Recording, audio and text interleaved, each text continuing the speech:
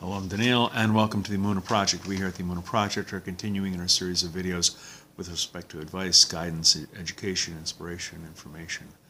And I want to talk today about accepting insults.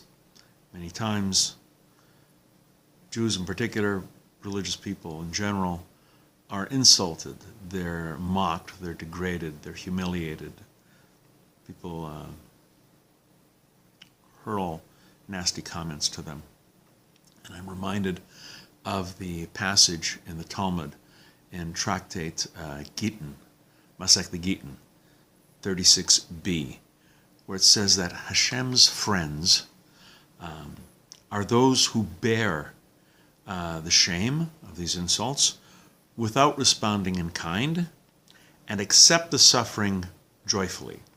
And it was Rav Elazar Ezkari that says, well, how do we bear these insults? How do we suffer these insults? And in his book, Sefer Chareidim, he says there's basically three ways that you can accept insults on ourselves. The first one is to bear the shame and the insult, but without denigrating yourself by responding in kind. You dispute the claims, but without attacking the insulter personally. You don't respond in kind.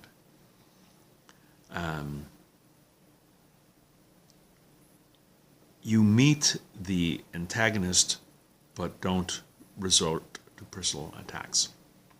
Second method, they listen to the insults, and although they're hurt, they don't respond at all because they feel responding to the antagonist will merely cause him to spew more insults.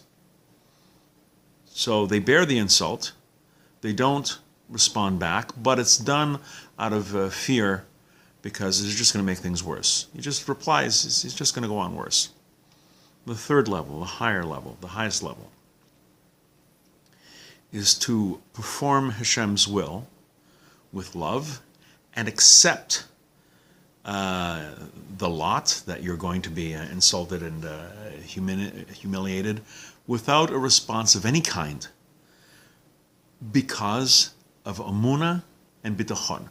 By Emunah, faith in God, and Bitachon, trust in God that all things are ultimately for the best. This is a very lofty source for not responding at all. And I'm reminded of the story of the Chazon Ish, the great Torah scholar who lived in Bnei Noach in the 40s and 50s and was highly respected for his scholarship. And he and a student happened to be walking in Poland. This was after the war. And a group of thugs, ruffians, started following them, started hurling insults at them. One can only imagine what they said. These two obviously Orthodox Jews. The student responded in kind, expressing himself with a certain degree of warmth, matching the intensity. The Chazon Ish turned to the student. He says, "You're not a Ben Torah. You're not an observant Jew. You're not a frum Jew. You're not a proper religious Jew. A proper religious Jew would not have responded like that." The student says, "Well, what would have been the response that a Ben Torah would have given?" The Chazon Ish said, "A Ben Torah would not have responded at all." This is the third level. You don't respond not because it's going to make things worse.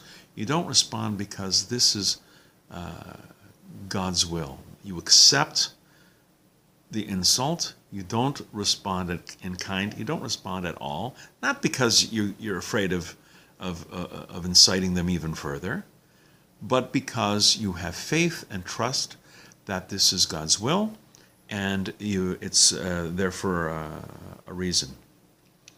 And this is the way we should act. In a previous video, I told the story of when Titus came into the temple, just as it's about to be destroyed, opens the Holy of Holies, and of course there's nothing in there. And he says, "Ha!" He turns to the Kohanim, to the priests. He says, "Ah, this is your God. Where is he?" God could have struck him down with lightning, but God stayed silent in the face of this incredible desecration of the name, this incredible Chilul Hashem. When we are insulted and humiliated and we stay silent, we are emulating Hashem. We are acting in a godly manner. And let's take to heart the words of the Chazon Ish. How would a Ben Torah, how would the Bnei Noach reply? They would not have replied. Sometimes the best course is silence. We're going to be doing more videos along these lines. Please come back, please watch, please learn. And until then, on behalf of the Emunah Project, I'm Daniel, and thank you so much.